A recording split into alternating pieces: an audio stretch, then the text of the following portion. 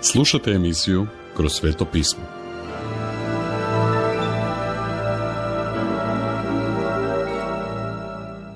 Poštovani slušatelji, prošli put vidjeli smo drugo veliko probuđenje u vrijeme Jošafata i naučili smo kroz njegov trostruki savez s kraljem Ahabom kako savez između pobožnih i bezbožnih može dovesti do tragedije.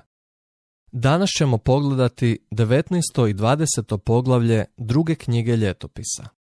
Jošafat se vratio iz bitke kući u Jeruzalem u miru i Jehu, vidjelac, sin Hananijev, dođe k Jošafatu s porukom od Boga. Rekao je: zar da pomažeš bezbožniku i da ljubiš Jahvine mrzitelje? Ne znam što je Jošafat mislio o Ahabu i Jezabeli. S obzirom na to da je sina oženio u ovu obitelj, mislim da je želio uspostaviti dobre odnose. Ali ovdje je prorok koji ga kori, govoreći: Bog nikada nije tražio od tebe da tako ljubiš Božjeg neprijatelja. Dakle, vidite, prijatelji, jedna je stvar voljeti grešnika, druga je stvar voljeti njegov grijeh.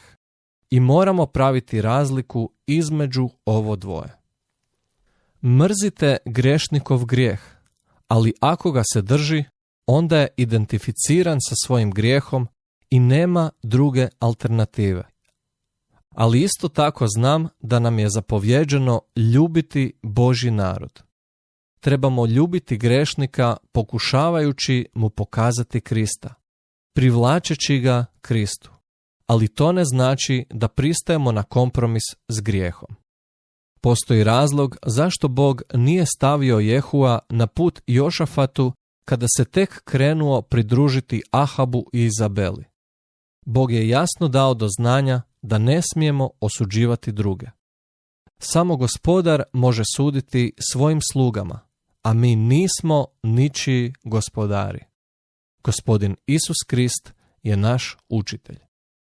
Vratimo se u drugu knjigu Ljetopisa. Jošafat je naučio lekciju i pokajao se. To je ovdje važna lekcija.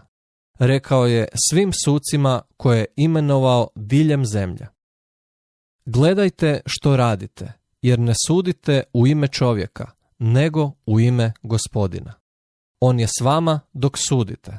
Sada dakle, neka bude Gospodnji strah nad vama. Pazite i savjesno radite, jer u Gospodina, Boga našega, nema nepravde ni osobne pristranosti, niti on prima mita. Dakle, Jošafat je u kraljevstvu sve organizirao oko Boga. Prelazeći na 20. poglavlje, vidimo da Moabci, Amonci i ljudi iz En Gedija ustaju protiv Jošafata. On se uplašio, pa je otišao Bogu na molitvu. Poštovani slušatelji, to nije normalna reakcija. To je nešto što bi samo Božji čovjek učinio.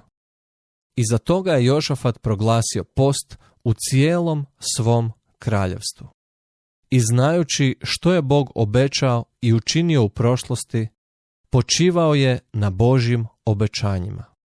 Stavio je svoje povjerenje u Boga da će ispuniti ta obećanja.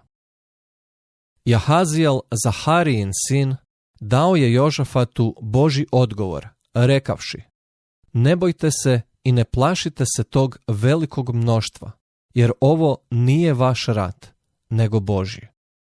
Prijatelji moji, tako nam je lako zaboraviti da svoje probleme i situacije trebamo predati Bogu. On je taj koji će riješiti naše probleme, a ne mi.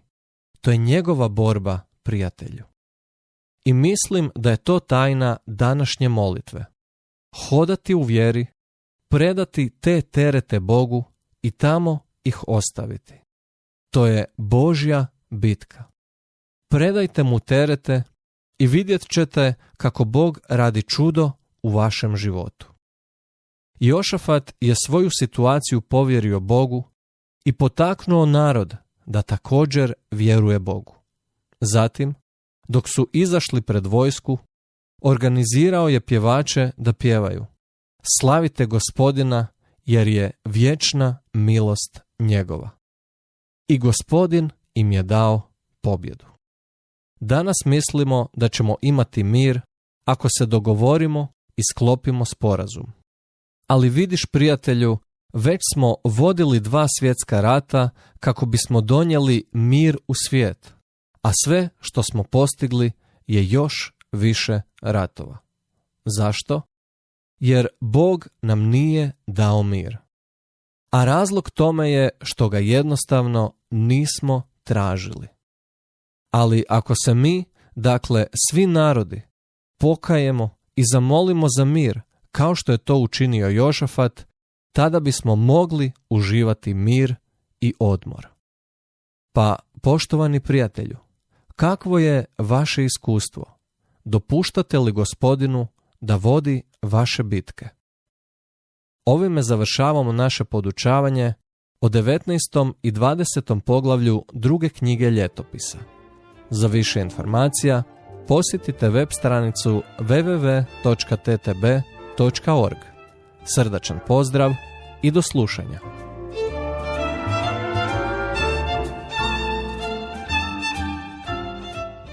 Slušali ste emisiju iz ciklusa Kroz sveto pismo. Budite s nama i u sljedećoj emisiji.